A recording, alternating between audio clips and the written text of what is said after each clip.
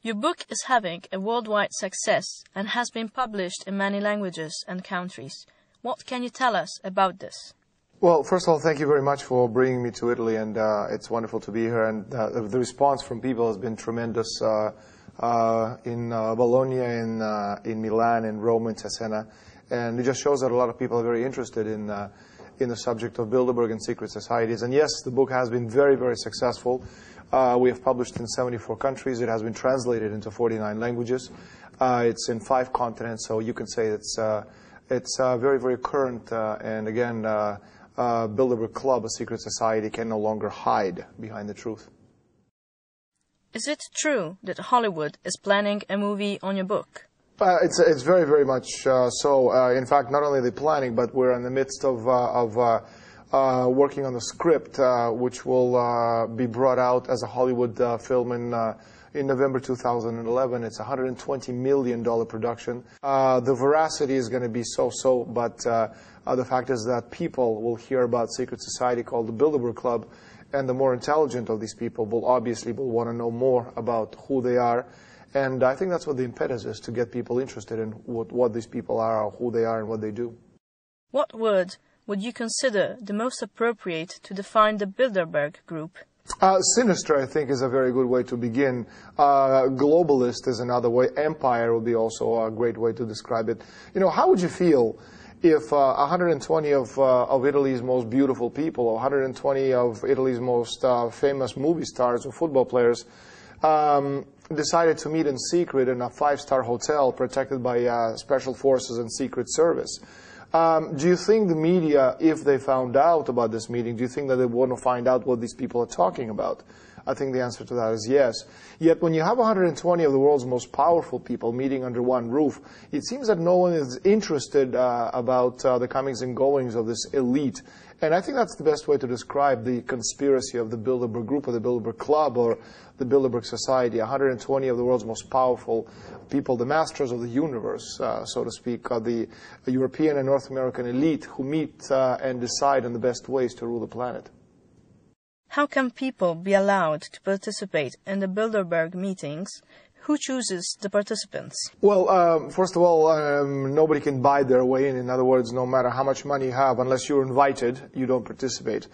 The Bilderberg Alliance, a society, is a group of about 120 people, mostly a NATO alliance, Europe, North America, United States, and Canada. And out of those 120, 50 of them, more or less, are habitual. In other words, they've been coming for years, or in some cases, such as David Rockefeller, for generations. And out of those 120 people, every president of European nation is a member, Prime Minister of Canada, the President of the United States, leading 50 chief executive officers of the most important corporations in the world also participate, all European royalty, most important bankers from European Central Bank, World Bank, International Monetary Fund, and of course with all these fabulously wealthy and powerful people at the same table sit European royalty, and with them the representatives of the mass media. And the way the decision is made on who participates is Bilderberg is very good. You can call them the Randstad of employment. It's like an employment agency. They look to the future and pick potential politicians who in the future may be useful to their interests. They invite them. Most people don't know what's behind Bilderberg initiative. They're very happy to participate and to rub shoulders and spend a weekend with powerful people like David Rockefeller, for example. And again, most don't understand that there's a very, very well-structured conspiracy behind every Bilderberg meeting. So, they are the most important and well-known people in the world. Why is it so difficult to hear about their meetings? Well, first of all, a qualifier. They're the most important and powerful people in the world that you know, and the people who are watching this interview know. They're people far, far more powerful than David Rockefeller and the Rothschilds, because the fact that you know their names already disqualifies them from being powerful. The really powerful people, most people don't know who they are because they don't appear in the mainstream press. Can you make an example of a political, economical, or military event of the last 20 or 30 years connected to the Bilderberg decisions? Well, pretty much every decision made over the past 40 years or 50 years, ever since they started meeting back in 1954, directly applies to Bilderberg participation. Again, it's very difficult for most people to believe that secret societies actually control the world. And the reason for that, it's because most people have a Cartesian fantasy version of a very small group of people who actually move the wheels of power, whereas in fact you're looking at systemic conspiracies spanning centuries. So when you look at it historically, it's easy to understand why powerful people obviously want to have control of the world.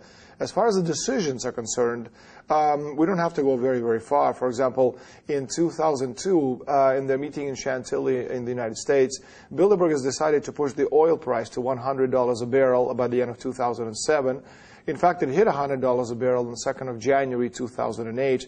And in 2005, Bilderberg has decided to push the oil price to $150 a barrel midway through 2008, and it went to $150, $147.5 in July, August of that year. In 2006, they've agreed to destroy not only the American financial markets, but also the European and North American housing markets. And of course, we duly reported this a year and a half before the housing meltdown in the United States and in Europe. So again, you have to understand what's behind all of their decisions is the destruction of nation-state republics, the creation of giant worldwide divisions, not countries, but pan-unions as we have right now in Europe, the European Union, and in North America. North American Union is being created. In Asia, the Asian Union is being created as we speak, as a sort of penultimate step to the creation of one world, not government, but one world company limited, where corporations literally give orders to governments on the way to run the world. Do you have some documents to prove that Bilderberg policy is connected to these events? Well, obviously, when you're dealing with such powerful people, no publisher in his right mind would publish this kind of a book without definitive proof. For example, in Spain, when my book first came out in 2005, two very important law firms offered their report on my book, and they said 90% of the book was subject to a judicial demand from some of the people in the book. But, the curious thing is that, as I said before in the beginning of the interview, this book has been published in 74 countries, translated into 49 languages. It's out on 5 continents. Yet none of the people who I accuse with directly their names and their last names have ever, not once, decided to take me to court and challenge any of my accusations, because, again, we need documents and we need definitive proof, and that's what every publisher I've ever worked with on Bilderberg Group has demanded, and every law firm who's offered advice has been satisfied with, that I do have the evidence to back up my what seems sometimes to be very wild claims. What actions could our society undertake to limit the Bilderberg influence? What can people do? Well, first of all, stop watching television. Turn it off. I mean, it's the way to make people stupid. If you want to be stupid, watch television. If you want to be smart, stop watching television. And second of all, stop voting for the people who form part of these organizations and societies. If you want to have a different world, understand that the people who you vote for obviously have a very important role in the decision-making process. Elect people who actually work for the betterment of mankind instead of, these gangsters. And also, my most important advice is please understand how money works. The most important advice, a very dear friend who is, I have to be careful how I say this, individual, I'm not going to say if it's a man or a woman, This person is a member, a very important member of the Bilderberger inner circle, and for years they've been providing me with very, very important advice and on what Bilderberg is planning. And this individual told me that if one day I want to understand how to fight these people, I have to understand how money works. And only through money can we, the people, destroy them. And a good example of that is Northern Rock in England, where grandmothers almost literally overnight destroyed the entire British banking system by taking all the money out of the bank. What do you think about the European Union, Van Rompuy, Lady Ashton, and all the last European political events? What do they have in common with the Bilderberg decisions? Well, they have in common is that it's an extrapolation of Bilderberg decision-making process. Meaning that whereas before we had countries, constitutions, flags, currencies, borders, nation-state republics. Now you have this pan-European monster where a nation no longer is allowed to feed its people. A nation has lost its ability to create its own monetary policy to help the country survive and get on its feet. And this is, of course, a plan of the Bilderberg Society to create these pan-world unions with a very simple objective: destroy nation-state republics, destroy natural law, destroy general welfare, which has basically given us over the last 600 years everything we have. But that's what immortality is. General welfare is us leaving something important for future generations. But we can only do that if people are working for the common good. And that's what the empire wants to prevent, because the empire of money does not look towards common good. It works towards their financial interests. So there's a big difference between general welfare of people of the planet and the empire of the money. Talking about key men of the world political scene, like Hugo Chavez, Ahmadinejad, or Vladimir Putin, who seem to be in opposition to the interests of the Bilderberg group. In your opinion, what is their position and their role in this situation? Well, out of the three that you mentioned, the president of Iran, the president of Venezuela, and the president of Russia, the only one of note and importance is Putin. And Putin actually is prime minister. It's Medvedev actually is the man in charge, is the president of the country. Well, the point is that it has not so much to do with individuals as with processes. It has to do with nation states working together. Russia obviously is very, very important, whether it's Putin or Medvedev or the two of them working together.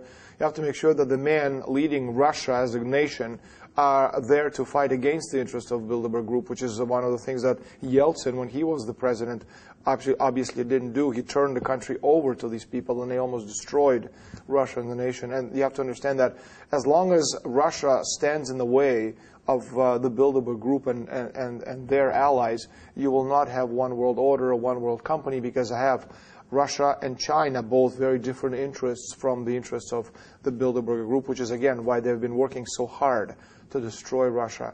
You know, going back to the 1990s, they tried to do it, destroy it economically, and they're working at it again. So we have to make sure that the Russians, the Chinese, the Indians, and, of course, the Americans working together. You know, that's how we can save the world. What do people who usually don't believe what you say about the Bilderberg Group tell you? And what do you reply to them? Most people don't know enough about anything to actually offer an opinion. So people who don't believe what I'm saying or doubt my position in my book, there's a simple explanation to it. The mass media has taught us that what appears in the nightly news, be it American channel or Italian channels, or on the front page of Corriere della Sera or New York Times, has to be the truth, because these are mainstream publications, and everything else has to be a conspiracy, because their version is of this is true, why isn't it on the front page of the newspaper? The reason is, and the explanation is obviously very, very simple. Mass media forms part of the world elite, and they could never publish any of these because they're the gatekeepers. Their job is to make sure that this information is kept out. They are there to perpetually mislead you, to make you stupid, to give you the wrong information, and to make you go after the wrong people. And that's their job, because, again, they're part and parcel of all these secret societies and private organizations.